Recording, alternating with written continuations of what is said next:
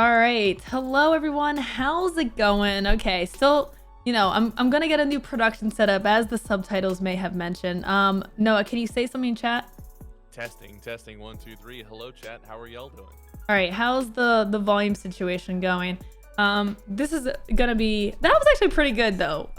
We're on time here, so he's low. Okay. I just want to make sure he didn't blast you guys off. Okay. I could scream. Would it Uh, help if I just yelled as loud as I could? Probably not a good idea. Oh, okay, fine. All right. How are we good with the volume now?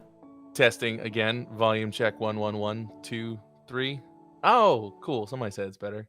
The corgi person. I know how to fix things. I know how to do Yeah. things. I've done this once or twice.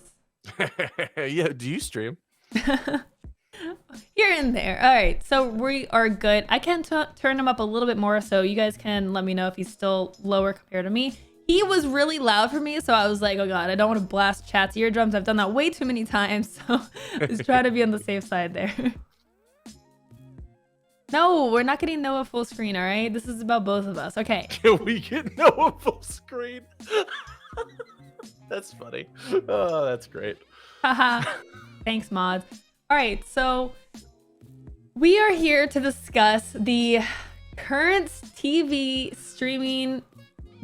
show streaming meta that's been going on Twitch, most notably by all the biggest streamers around. And we are here with Noah Downs, aka my lawyer friend. That is his handle. He is my lawyer friend, but that is also his handle. And he is here to break down some of these topics at a much higher level than I could. So Noah, why don't you introduce yourself and do your fun disclaimer that you have to do. Yeah, so hi everybody, my name's Noah. I'm a lawyer, but I'm a cool lawyer. I work in the entertainment video game space. I am also a Twitch partner myself, and among other things that I do lately, more woodworking, in fact. Yeah, it's really fun. And also recently I have I have been shaking my head at how every single thing on Twitch is just on fire right now. So today I'm here to talk about, copyrights, what's going on with this new infringement meta. And also, before I dive into that, I want to make sure that I give a legal disclaimer. I am a lawyer, but I'm not yet your lawyer, chat, unless I specifically am and we have an agreement. And so to that end, anything that I say is for informational advice only, does not constitute direct legal advice. Your circumstances will almost always be different, and you should always consult an attorney before proceeding.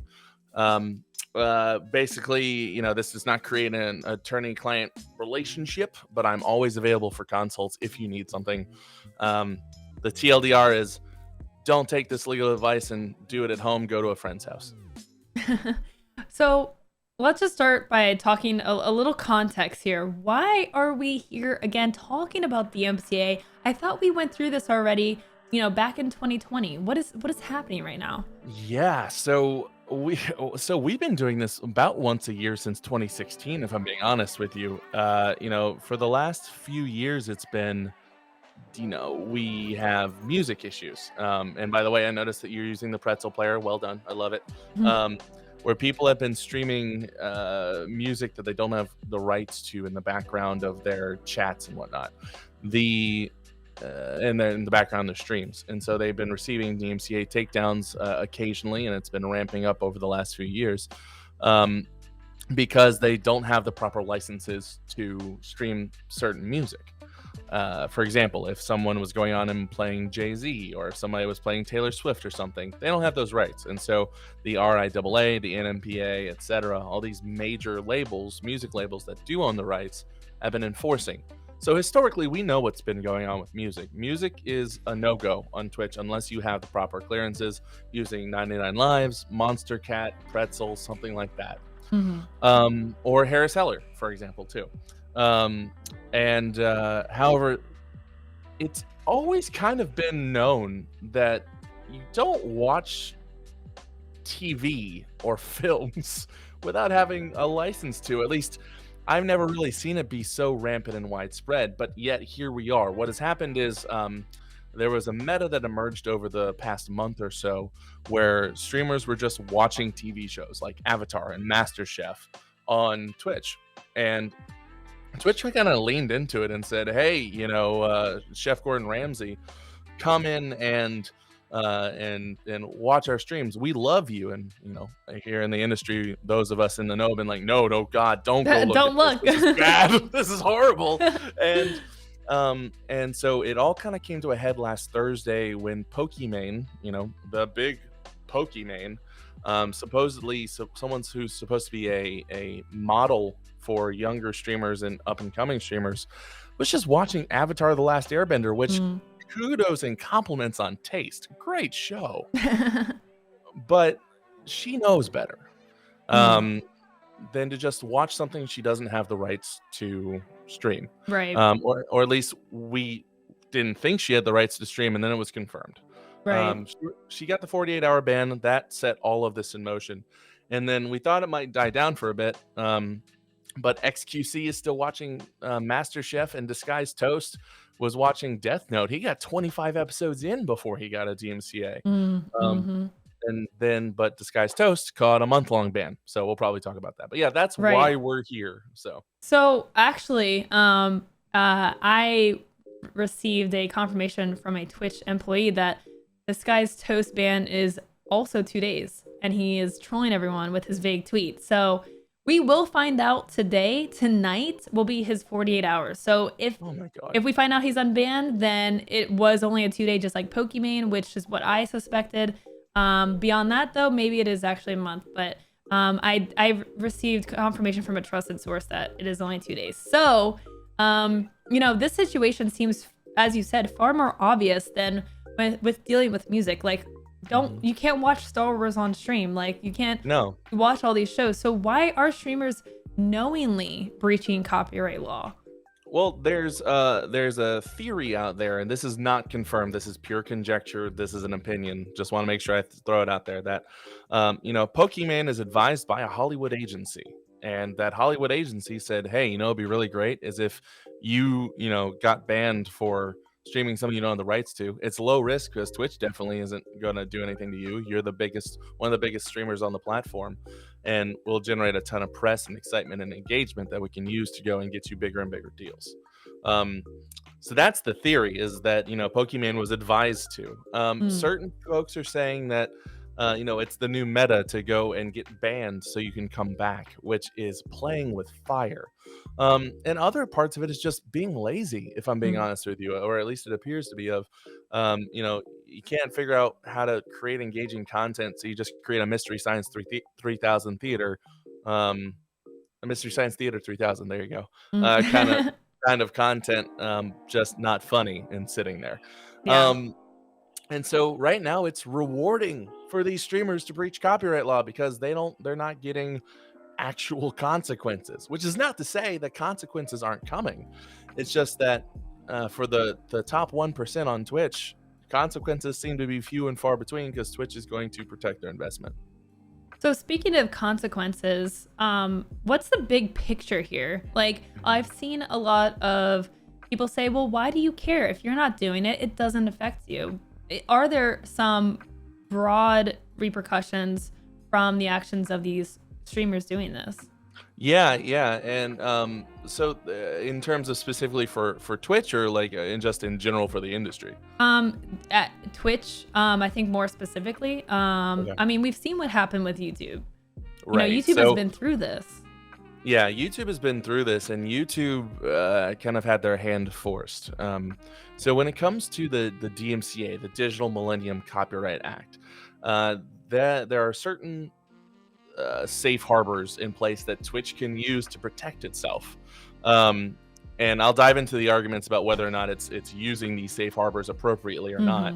But essentially, the process is somebody who is a rights holder who owns, let's use Avatar. Nickelodeon owns Avatar, or at least I believe they do. And for this hypothetical, they will. Nickelodeon owns Avatar. They see the Pokimane is streaming Avatar without any license from Nickelodeon.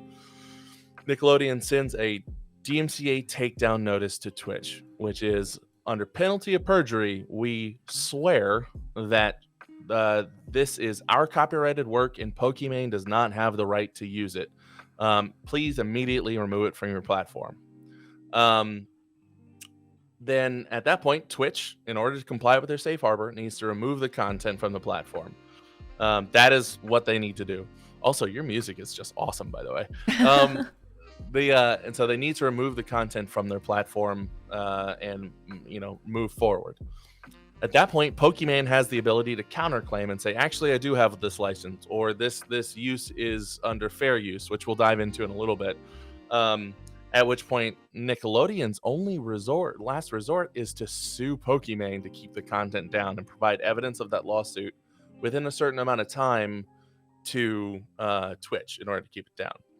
Now, you might be asking, Noah, you didn't say anything about a ban in there. You just talked about the content coming down. Well, first of all, it was a live takedown, which we've historically only seen. We've historically rarely seen live takedowns. We Correct. have usually only seen like VOD takedowns and stuff like that, leading to bans and stuff. So this is confirmation. Yes, live takedowns are coming. I've been screaming it to the rooftops for years. And so we're going to be seeing it more and more, especially if we have TV and film.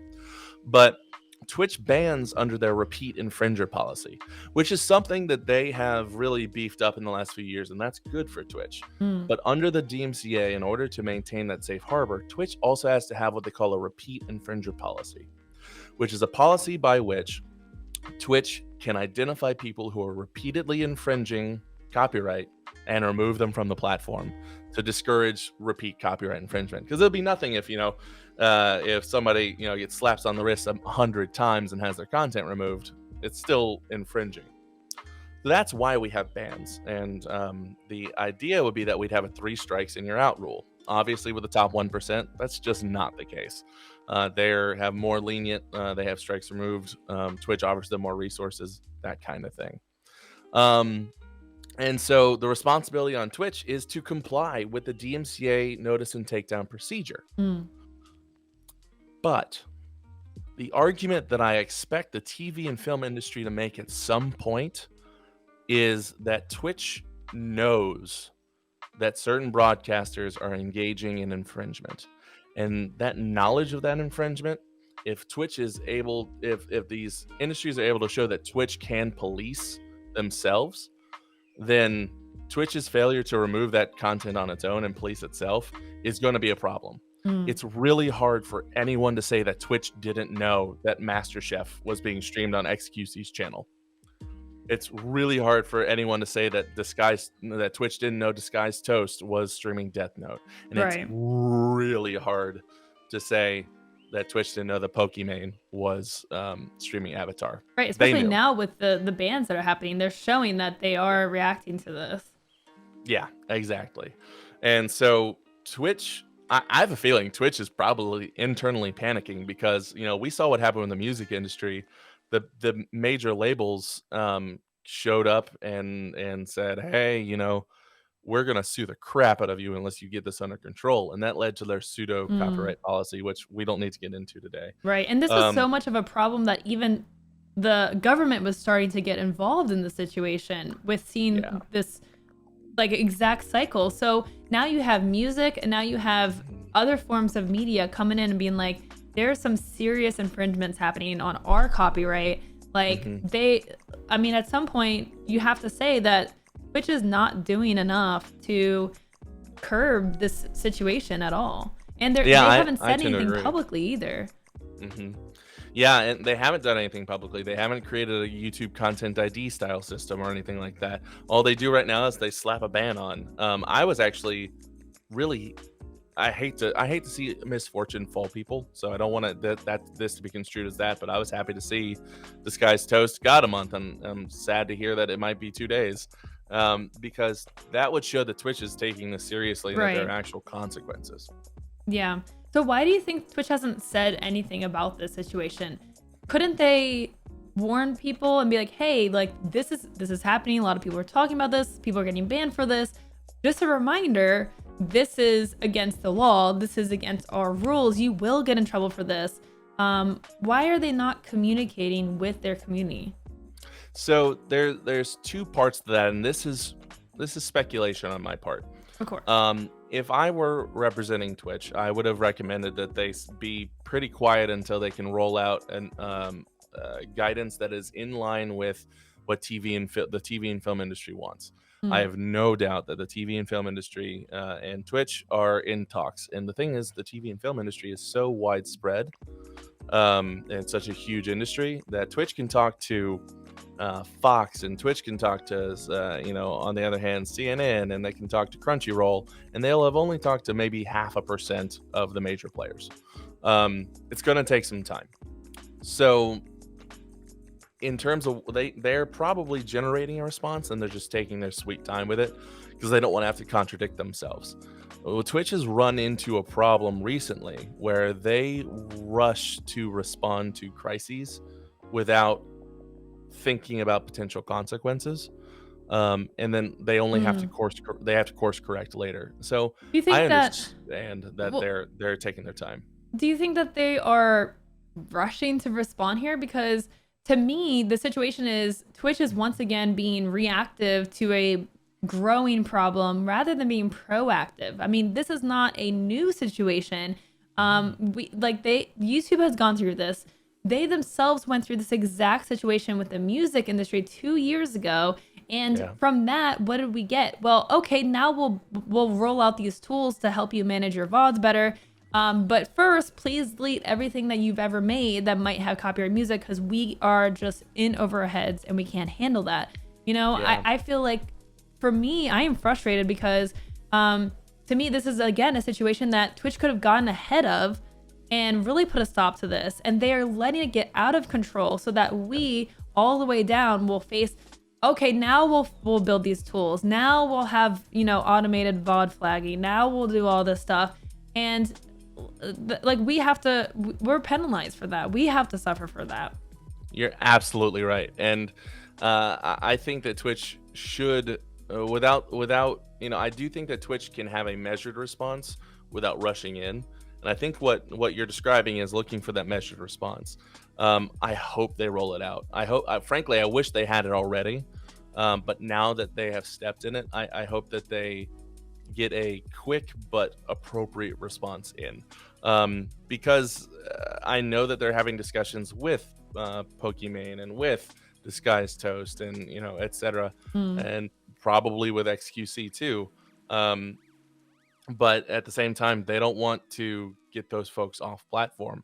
They don't really, I hate to say this, but Twitch has not demonstrated that they really care about the bottom 95% of their streamers. They're happy to have them on board, but they're still stuck at 50-50 splits. Twitch isn't offering new splits for people. They're not offering new contracts for people.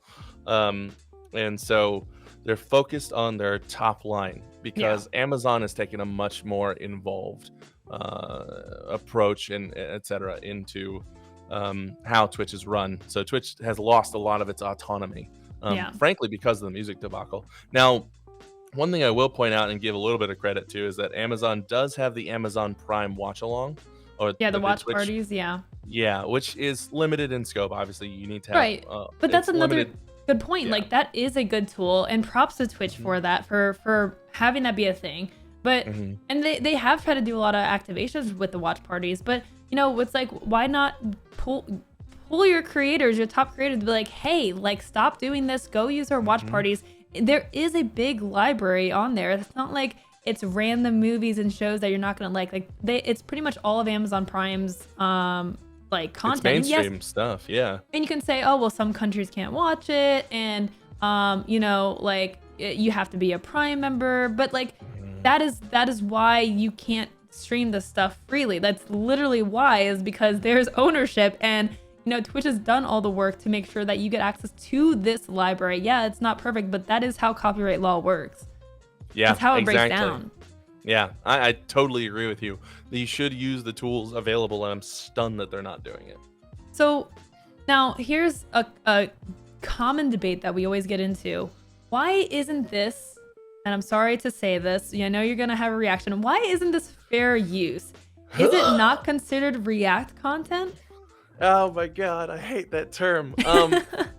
So we have at least one other lawyer in chat. I'll shout out to him. Blue JDW is my good friend James Williams. And he and I recoil every time we hear the terms um, fair and use put together. Um, fair use is a defense. It's not a right. You can't use fair use proactively. You can only use it defensively. Um, and you have to spend tens of thousands of dollars to get to the point where you're in front of a judge and can say fair use. Maybe even more Um, than that. I mean, these big yeah, companies are not going to let you get in front of anyone anytime soon. yeah. I mean, you could be looking at hundreds of thousands, and at that point, you've been sued for millions. So let it out. But the four factors of fair use. So yes, what you're referring to is criticism, commentary, news reporting, teaching, that kind of stuff. That goes into one of four factors for fair use, and I'll go into them real quickly for you. The first factor, which is the one that typically people look at for criticism and commentary, which is what we're looking at here, React work, is the purpose and character of the use. So basically, when you look at the purpose and character of the use, you're looking at whether it's commercial in nature, whether it's for nonprofit or educational purposes, that kind of stuff. And courts have historically focused on the term transformative, which is what everybody throws around on Twitter like they're, Google lawyers. The term transformative looks at whether it adds new expression or meaning to the original work or if it's just copying it. Hmm. So, for example, Mystery Science Theater 3000 offers commentary. There's a good argument that that's transformative because Right. they're making new content. People come for that content. They don't come for the underlying movie. Usually, they haven't heard about the underlying movie. However, if you're just watching along with Avatar and saying, "Oh yeah, Katara really is just, she's man, I don't want to do any spoilers for Avatar. Wait, it's a 20-year-old series. I haven't seen it. Okay, Katara is really good at waterbending. That's not adding any new expression or meaning to the original at all. And that's just one factor. You also have to look at the nature of the copyrighted work, which is basically if something is more factual, like a map that you've drawn of the Grand Canyon that has a sparkly lizard on it, then that's more likely to, if somebody rips it off, it's more likely to be fair use as opposed to purely fictional works, which Avatar is a purely fictional work. Then the amount and substantiality of the portion used in relation to the entire work. So if you watch an entire episode of Avatar, it's real bad. As opposed to if you use a clip from Avatar in one of your alerts, which is still bad, but it's not as bad as watching the whole dang thing. Right. And also people also look at small takings versus taking the heart of the work. The heart of the work is bad. And then finally, and this is what I think is the most important thing to remember here, is the effect of the use of the copyrighted work on the potential market for or value of the copyrighted work. If Pokemon's out there watching Avatar and people are watching along with Pokemon, those people are disincentivized to subscribe to, I believe it's on Netflix now, disincentivized to subscribe to Netflix and actually watch Avatar. Right. That's a problem. That is a big problem, and it punches a huge hole into the fair use work. That's why back when XQC was rewatching the International Olympic Committee stuff, it was people weren't watching the actual broadcast. They were watching XQC's watch of the broadcast because it was free. It was available to them. So that was a problem. So as you see, people are saying, oh, it's commentary. It's reactive. It's transformative. Well, that's one factor of a defense. You are 1/4 of the way to being able to potentially argue in front of a judge. Right. And there's another factor that weighs heavily against it. Frankly, React content, it is such a range of content that React content is inherently problematic unless you can show that you are adhering strictly to a fair use doctrine. Like you have a plan for this is how what I'm doing is specifically Right. Taken care of. Exactly. Because if you're just reacting to the entire thing and it's replacing the potential market for it, that's going to weigh heavily against you. Gotcha. So, when they have been doing these streams, Pokemon and others have deliberately tried to avoid DMCA by mirroring their video and doing different things to try to not get caught. Are there Mhm. more serious repercussions for knowingly breaking and trying to get around DMCA detection? Yes. So first of all, doing that at its core, if you mirror something, if you up tempo or down pitch or up pitch something, then the courts are going to look at that and they're going to say, "Oh, so you knew it was infringing. You're just trying to get around the law." So that'll go one to proving the element of intent Yeah, for the copyright infringement, and that's huge. And intentional infringement is always worse than accidental infringement. So yeah, it could increase the statutory damages. It could increase the underlying damages, and frankly, it might prejudice the courts against us. gotcha. So many say that copyright law needs to be rewritten. Are these types of situations helping that cause? No, they're not. Intentionally infringing on something is showing is giving more ammo to the rights holders that don't want change. The music industry loves the copyright law and the DMCA as it is. They don't want it changed. That was the result of a study that was carried out between 2018 and 2020 by Congress. Was that the existing massive players in the industry don't want change because it benefits them the way it currently is. And so if um, these rights holders are able to point and say, "Oh, look, we're able to use the existing thing to take down Pokimane. Pokimane's still around, and it's all great. It's all gravy train, baby." Then that's not going to help us change the copyright law. Um, Right. I do think that copyright law needs to be updated. I think it needs to be changed in such a way that it reflects modern media. I think that right now it is overburdensome, and it doesn't really promote creative expression. I think that currently the way that copyright law is written and formed, it protects the interest of massive corporations over smaller creators who Mm, can create based on other works, but they do need some freedom to be able to create new expression. So gotcha. I think it needs to be changed, but these situations do not help that. So we had a question from JJ the Tutor who asked, movies and shows aside, is reacting to stuff like Daily Dose of Internet, which is on YouTube, is that okay? It you know what? It sometimes is. I don't recommend doing it. I'll be honest. Fair. I do have clients that do react content, and they're good friends. I think that what they do is problematic at times. If you're using someone else's content, you start from a level of this is infringement. Absolutely, 100%. As long as somebody accepts that, we can continue the conversation. If you're using someone else's content without a license, it's infringement. If you can get into whether or not your use qualifies as fair use, that's a conversation I'm willing to have. Rarely, because fair use, like I said, is an expensive defense. It is.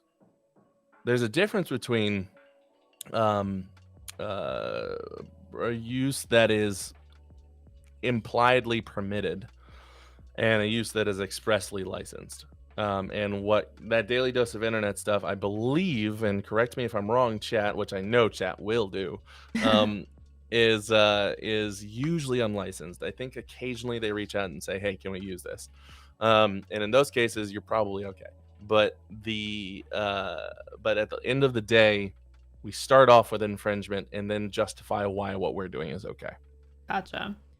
So we're just wrapping up here, but do you Mhm. have any ultimate advice for streamers regarding copyright law or anything that you would like to emphasize to close out this interview?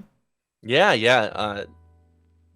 Streamers, get a license for anything you do. And if you can't get a license, make an informed decision. And if you receive a DMCA takedown or some other form of copyright notification or lawsuit, get a lawyer. You are not equipped to handle this on your own. Your manager probably isn't equipped to handle this on your own. Your agent may be a lawyer. This might not be in their realm. Get someone who knows what they're talking about. Because at the end of the day, our industry largely has flown under the radar with regards to this stuff. We have a symbiotic relationship with game devs and publishers, which is why our industry wide infringement of game devs and publishers works, because that's what it is. is allowed. That's why we're able to do what we do. That said, it's not a good idea to keep poking other bears.